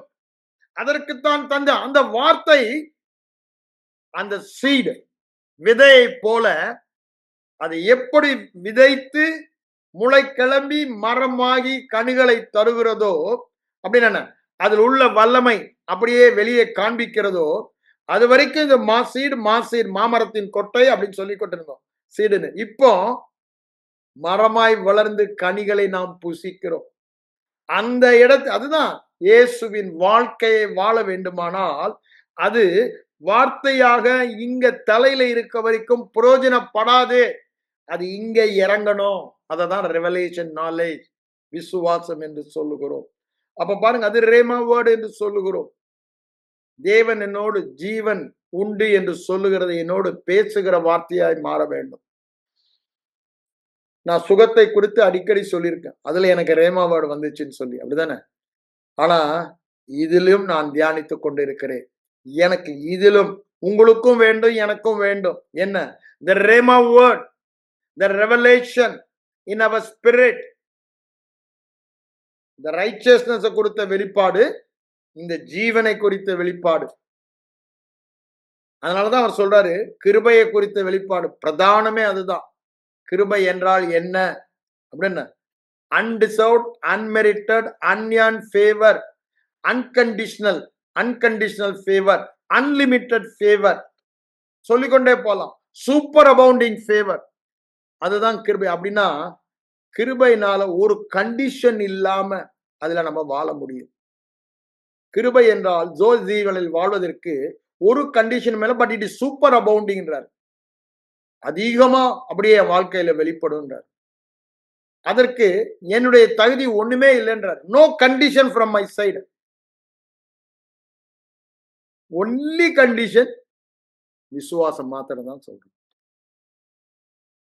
விசுவாசம் மாத்திரம் தான் சொல்றார். அதுக்கு நம்ம செய்ய வேண்டியது வேற ஒண்ணுமே இல்லைங்க. இந்த 2 காரியம் தான் சொல்றாரு.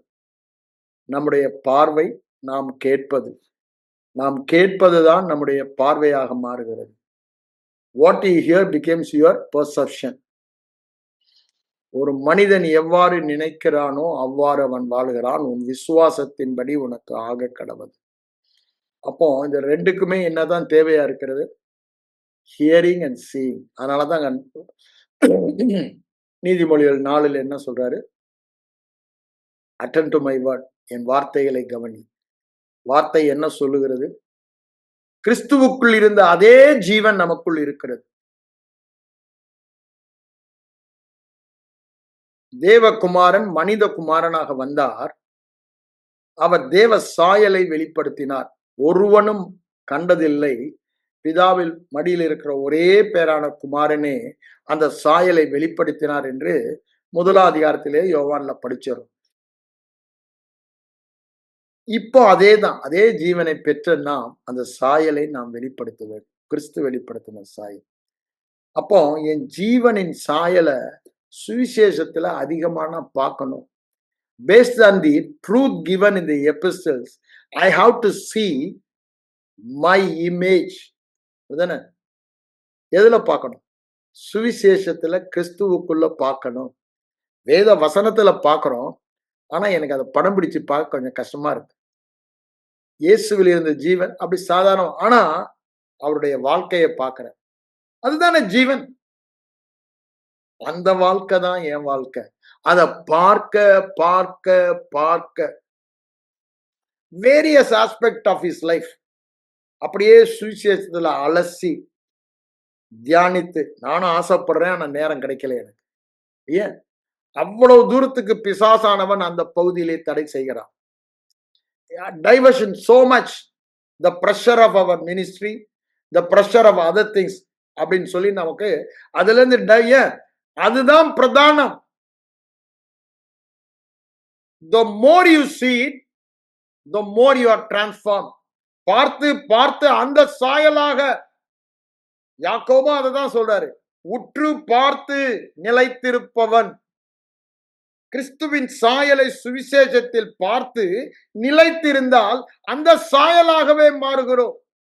அப்பதான் பரிசுத்த ஆவியானவர் வேலை செய்ய முடியும். நீ அவ்வாறு தியானிக்கலனா அவரால் ஒன்றும் பண்ண முடியாது. தியானம் இல்ல, ஹோலி ஸ்பிரிட் cannot work. அதேதான் பேதுருவும் சொல்றாரு, திவ்ய ஸ்பாவத்துக்கு பங்குள்ளலாகும் பொருட்டு தேவனுடைய சாயலை வெளிப்படுத்த ஜீவன் உண்டு என்று மகா மேன்மையும் அருமையான வாக்குத்தத்தங்கள் உங்களுக்கு கொடுக்கப்பட்டிருக்கிறது. அதை சொல்லிட்டு 19 வரும்போது சொல்றாரு, இது அதிக உறுதியான தீர்க்க தரிசன வார்த்தை. எது? உங்களுக்கு ஜீவன் உண்டு, குமாரனை உடையவன் ஜீவனை உடையவன். எந்த ஜீவன்? குமாரனுடைய ஜீவன். குமாரனில் ஜீவனில் வாழ வேண்டியவன். அதிக உறுதியான தீர்க்க தரிசனம். யாரும் தீர்க்க தரிசனம் சொல்ல வேணாம். நீ செத்தவனை உயிரோடு எழுப்ப போற, வியாதியஸ்தரை குணமாக்க போற, இயேசுவை போல வாழ போகிறன்னு யாரும் சொல்ல. ஏன்? இந்த அதிக உறுதியான தீர்க்க தரிசனத்தை இந்த வார்த்தையிலே இருக்குங்க. அதனால்தான் சொல்றாரு, விளக்கை போன்ற அதை எடுத்துக்கடா, உங்கள் இருளான ஸ்தலங்களிலே விடிவெள்ளி நட்சத்திரம் உதிக்கும் வரை அதை கவனித்துக் கொண்டே, அதை கேட்டுக்கொண்டே, அதை பார்த்து கொண்டே, அது உன் வாயை விட்டு பிரியாமல், காதுகளை விட்டு பிரியாமல், கண்களை விட்டு பிரியாமல் காத்துக்கொள்வது ஒண்ணுதான் உங்களுடைய வேலை. அப்போ ஜீவனுக்கு நீங்க அந்நியரா வாழ மாட்டீங்க. ஏன்? ஜீவனில் நீங்கள் வாழுவீங்க. ஜீவனில் வாழ்வதுதான் தேவனுடைய ஒரே நோக்கம். நமக்கு பரலோக போறது விடுங்க, தேவ ஜீவனில் இயேசுவின் ரத்தம் கிரயமாய் செலுத்தப்பட்டது எதற்குங்க? அநேக கிறிஸ்துகள் எழும்ப வேண்டும், சகல சிருஷ்டிகளும் தேவகுமாரன் வெளிப்படுவான் என்ற ஆவலோடு காத்து கொண்டிருக்கிறது. அப்படின்னு தேவ ஜீவனில் நாம் வாழ்வோம் என்று நாமும் கூட அப்படிதான் ஆசைப்படுறோம். அடுத்த வருஷத்துல சொல்லிடுறாரு. ஆனா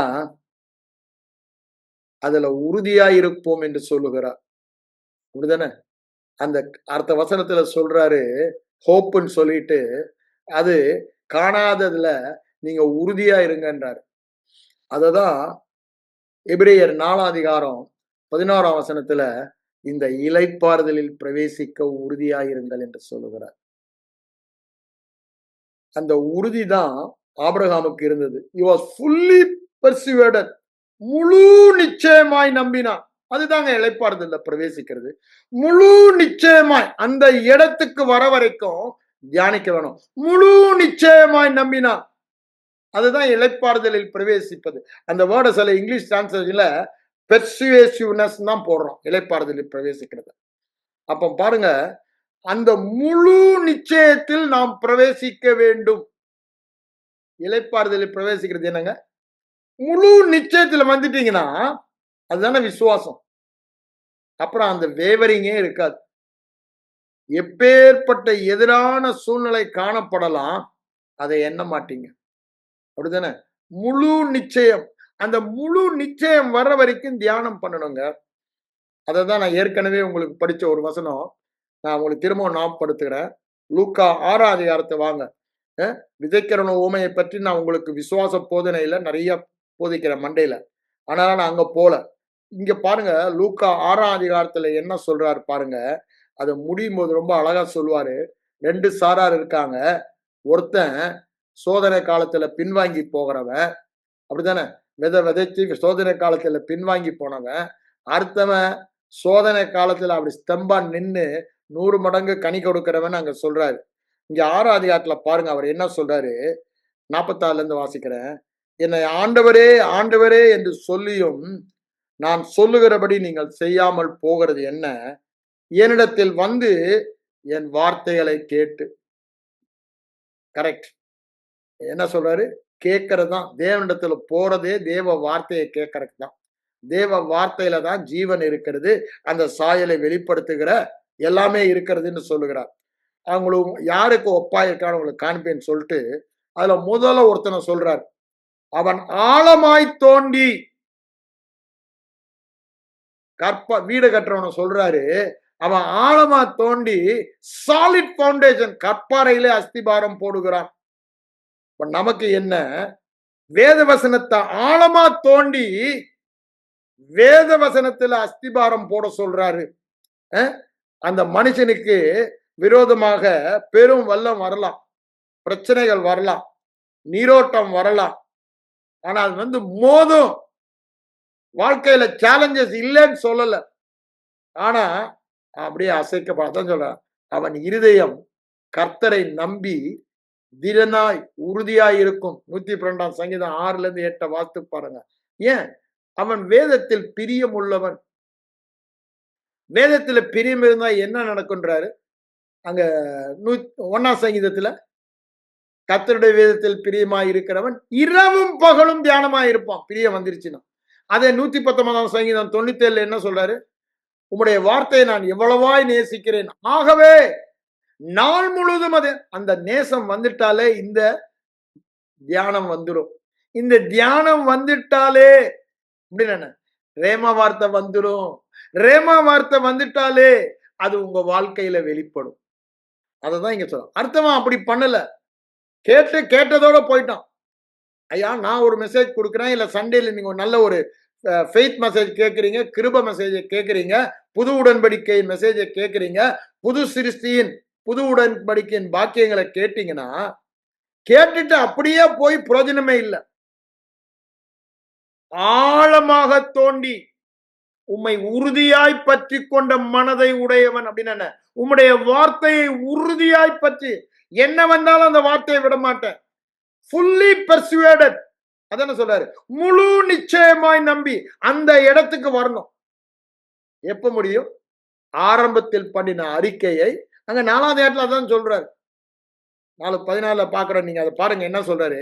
கடைசி வரை நாம் உறுதியாய் பற்றி கொண்டிருக்க வேண்டும் என்று சொல்லுகிறார். நம்ம அறிக்கையை நம்ம சாதாரணமா எடுத்துக்கிறோம். கிறிஸ்தவ வாழ்க்கையே அறிக்கை தான். The only job in Christian ஏன் அதுதான மெடிடேஷன். அதுதானுங்க உறுதியாக வசனம் இருதயத்திலே நிலைத்து நிற்க வைக்கிறது நமக்கு. அததான் அங்க என்ன சொல்றாரு பாருங்க 4ஆம் அதிகாரத்துல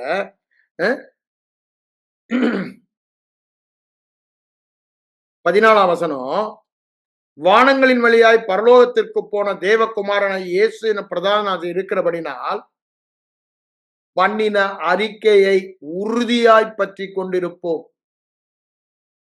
எனக்கு ஜீவன் உண்டு, குமாரனை நான் உடையவன், நான் குமாரனை போல தேவ ஜீவனில் வாழ்வேன் என்ற அறிக்கையை உறுதியாய் பற்றி கொண்டிருக்க வேண்டும். சூழ்நிலை என்ன? ஏன் ஆழமாக தோண்டணும். இந்த வேத வசனத்துல நேரம் செலவழிக்கணும். இரவும் பகலும். அதனாலதான் அவன் சொல்றான், எவ்வளவு துக்கம் துன்பங்க அவன் வாழ்க்கையில வருது, ஒரு செகண்ட்ல எல்லாமே மாறுது. நீ தாவீதுடைய வாழ்க்கையை நான் பார்த்து கொண்டு இருக்கும் பொழுது ஒரு நேரம் சவுல் எல்லா பக்கமே அவனை கூடிடுறான். வனாந்திரத்துல அவன் எஸ்கேப் ஆகிறதுக்கு வழியில் எல்லா பக்கமும் சூழ்ந்தாச்சு. ஆனா அவன் ஒரு சின்ன ஜபம் பண்றான். ஆனா அது அங்க போடல. 1 சாமுவேல் அது போடல. சங்கீதத்துல அதை நம்ம வாசிக்கிறோம். அவன் கெபியில ஒதுங்கும் போது 57ஆம் சங்கீதத்துல அவன் ஒரு ஜபம் பண்றான். என்னவா? உங்களுடைய கிருபையும் சத்தியத்தையும் அனுப்பி என்ன பண்ண. அங்க அதை தான் ஆண்டவர் செய்யறாரு. அவனுக்கு சவுலுக்கு ஒரு நியூஸ் வருது. என்னாச்சு? திரும்பி ஓடுறான். பெலிஸ்தவன்ட்டான ஆல்மோஸ்ட் he was capturing. முடியுமா? ஆண்டவர்கிட்ட ஒரு சின்ன ஜெபம் தான். அந்த கிருபை அவனை உனக்கு ஒத்தாசை அனுப்பி உடைய கிருபையும் சத்தியம் எனக்கு அனுப்புன்ற. அதனாலதான் ஆண்டு அங்க அவர் என்ன பண்றாரு, அத அவங்க இட்ஸ் ராக் ஆஃப் மை எஸ்கேப்னு சொல்லி அந்த இடத்துக்கு பேர் வச்சுட்டு போறோம். அப்ப யோசித்து பாருங்க, தேவ வார்த்தையில அவ்வளவு வல்லமை இருக்குங்க. கிருபையில அவ்வளவு வல்லமை இருக்கு. கிருபையும் சத்தியமும் அனுப்பி எனக்கு ஒத்தாசை அனுப்ப சொல்ற. ஆண்டவர் ஒத்தாசை அனுப்புறாருன்னா கிருபை அனுப்பாம சத்தியம் என்ற கிருபையும் சேர்ந்துதான் வரும். அப்படிதானே? சத்திய வசனமாகி கிருபையின் வசனம் சேர்ந்துதான் நமக்கு அனுப்புகிறார். என்ன அனுப்பியிருக்கார்? நீ ஜோய ஜீவன்ல இருக்க. எந்த ஒரு சத்ருவும் உன்னை மேற்கொள்ள முடியாது. நீ அவங்கள ஆளுக செய்வ. இயேசு எப்படி வாழ்ந்தாரு? அவரை கொலை செய்யறதுக்கு மலை மேல கொண்டு போயிட்டாங்க, மறைஞ்சிட்டாருங்க. they tried so many times. பிலாத்துக்கிட்ட என்ன சொல்றாரு? நான் ஜீவனை உடையவன், என் ஜீவனை கொடுக்க அடுக்க எனக்கு அதிகாரம் உண்டு, உன் கையில ஒண்ணு இல்ல. ரொம்ப தெளிவா சொல்றாரு. அவருடைய அறிக்கையை பாருங்க. உன் கையில ஒண்ணு இல்ல. அங்கிருந்து அதிகாரம் கொடுக்கப்பட்டாலுடைய நீ ஒண்ணும் பண்ண முடியாது. அவன் என்னென்னமோ மிரட்டி பாக்குறான். மிரண்டாரா? ரொம்ப கூலா சொல்ற. அதனாலதான் பவுலடியிலார தீமோத்தேயை பார்த்து என்ன சொல்றாரு? பொந்தி பிலாத்துக்கு முன்பாக நல்லறிக்கை பண்ணின அதே மாதிரி நீனும் நல்ல கொஞ்சம் கூட ஆசிலேட் ஆகாத, உறுதியா நில்லு. I know who I am, I know what I have. அந்த அறிக்கையில உறுதியா நில்லு. சூழலை எப்படியா மிரட்டும், அறிக்கையில மாறிடாது. அதான் ஆண்ட சொல்றாரு. அதனாலதான் அங்க தீமோத்தேயுக்கு சொல்றாரு, அந்த அறிக்கை கடைசி அதிகாரத்துல பாருங்க, 1 தீமோத்தேயு 6ஆம் அதிகாரத்துல சொல்லுவாரு. அதை மட்டும் நான் வாசித்து உங்களுக்கு முடிச்சிடுறேன்.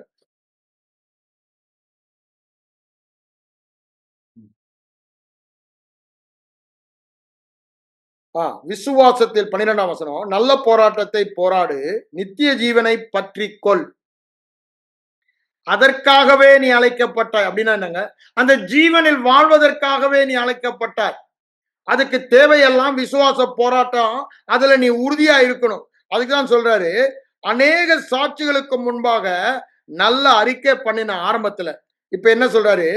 நம்முடைய கர்த்தராகிய இயேசு கிறிஸ்து பிரசன்னமாகும் வரைக்கும் இந்த கற்பனையை மாசில்லாமலும் குற்றமில்லாமலும் நீ கை கொள்ள வேண்டும் சொல்லிட்டு, எல்லாவற்றையும் உயிரோடு இருக்க செய்கிற தேவனுடைய சன்னிதானத்திலையும் பொந்தி பிலாத்துவின் முன் நின்று நல்ல அறிக்கையை சாட்சியாய் விளங்க பண்ணின இயேசு கிறிஸ்துனுடைய சன்னிதானத்தில் உனக்கு அப்படி என்ன, அதை ஞாபகம் வச்சுக்கடான்ற.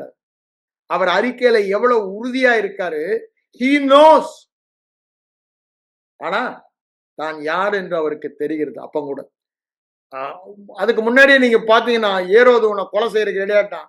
அந்த நரிக்கு சொல்லுங்கன்ற, என் ஜீவனை எடுக்கவும் கொடுக்கவும் எனக்கு தான் அதிகாரம் இருக்கு. Nobody can. நானே என் ஜீவனை கொடுப்பேன். அவரே தான் உன் சித்தத்தின்படி ஆக கடவது என்று தன்னை ஜீவ பலியாக சிலுவையில ஒப்பு கொடுக்கிறார். அவருடைய அறிக்கையில பொந்தி பிலாத்துக்கு முன்னாடி கூட உறுதியாய் இருக்கிறத பார்த்து, அதே மாதிரி நீனும் தீமோத்தேயு இருன்றார். நான் ஏன் அதை சொல்ல வந்தேன்? நாம் ஆரம்பத்தில் பண்ணின அறிக்கையில் கடைசி வரை உறுதியாய் இருந்தோமானால் நாமே அந்த ஜீவனை வெளிப்படுத்துவர்களாய் இருப்போம். எபிரேயர் 3ஆம் அதிகாரம் 6ஆம் வசனம் 14ஆம் வசனத்துல அதை நம்ம வாசிக்கிறோம். கடைசி வரை நாம் உறுதியாய் இருக்க வேண்டும் நம்முடைய அறிக்கையில். இந்த ஜீவனை உடையவன், ஜீவனை உடையவன், ஜீவனை உடையவன், ஜீவனை உடையவன், தேவனை உடையவன், தேவ ஜீவனை உடையவன், தேவனா. அப்போ அதற்கு தான் நான் உபயோகம் பண்ற இமேஜினேஷனுக்கு சுவிசேஷத்துல உங்களை பார்க்க சொன்னேன். ஏன்? அவர்கள் படம் பிடித்து பார்த்ததை ஒருவராலும் தடை செய்ய முடியாது. அப்படித்தானே சொல்றாரு. ஆதியாகமம் 11:6 சொல்றார், பாபேல் கோபுரத்தை பத்தி சொல்லும் பொழுது. That was a negative things. நமக்கு பாசிட்டிவ். தேவ ஜீவன் எப்படி வாழ்கிறது என்று கிறிஸ்துவின் வாழ்க்கையில பார்க்கிறோம். அதை பார்த்து பார்த்து பார்த்து அதுதான் நான் சொல்லி பார்க்க ஆரம்பிச்சிட்டோம்னா அந்த சாயலாக நம்ம மாறுவோம். கண்களை மூடி ஜெபிப்போம். எங்கள் அன்பின் பரலோக பிதாவே, இந்த காலை வேளைக்காக உம்மை நன்றியோடு உம்மை ஸ்தோத்திரிக்கிறோம் ஆண்டவரே. ஆண்டவரே, நீங்க விலையேற பெற்ற உம்முடைய ரத்தத்தை சிந்தி உம்முடைய மரணத்தினாலே உம்முடைய ஜீவனை எங்களுக்கு தந்தீங்க ஆண்டவரே. இந்த ஜீவனை பெற்றவர்கள் நாங்கள் அசதியாய் வாழாதபடிக்கு ஆண்டவரே, அதை நாங்கள் பெற்றுக்கொண்டு அதை புதைத்து வைக்காதபடி, அதை நாங்கள் பொசஸ் பண்ணி சகலவித நன்மைகளை நாங்கள் அனுபவிக்க வேண்டும் என்பது அந்த ஜீவனின் பிரமாணமாய் இருக்கிறபடியால் நீங்க சுவிசேஷத்தில் வாழ்ந்த வாழ்க்கை, நீங்க போன இடமெல்லாம் குறைவெல்லாம் நிறைவானது, இருளெல்லாம் வெளிச்சமானது. அது மாதிரி நாங்க போகிற இடமெல்லாம் இருளெல்லாம் வெளிச்சமாக வேண்டும். எங்க வாழ்க்கை மாத்திரம் அல்ல. ஏன்னா இந்த ஜீவன் எங்கள் இருதயத்திலிருந்து புறப்பட்டு ஓடும். நாங்கள் விசுவாசித்தால் போதும், இந்த தேவனுடைய ஜீவன் எங்கள் இருதயத்தில் இருந்து புறப்பட்டு ஓடும் என்று நீங்க சொன்னீங்க ஆண்டவரே. நாங்க விசுவாசிக்க, இன்னும் இதை அதிகமாய் தியானம் பண்ண, நாங்கள் அதை கேட்கிறவர்களாக, நாங்கள் கேட்கிறதில் ஜாக்கிரதை உள்ளவர்களாக, ஜீவனுள்ள வார்த்தைகளை கேட்கிறவர்களாக, கிரியைகளின் மரண வார்த்தைகளை அல்ல, ஜீவனுள்ள புது உடன்படிக்கையின் புது சிருஷ்டியின் கிறிஸ்துவுக்குள்ளான சத்தியங்களையே தொடர்ந்து நாங்கள் கேட்டு அறிக்கை பண்ணி அந்த சாயலில் வாழ எங்கள் ஒவ்வொருவருக்கும் உதவி செய்யும். இயேசுவின் மூலம் ஜெபம் கேளும் எங்கள் நல்ல பிதாவே. ஆமென்.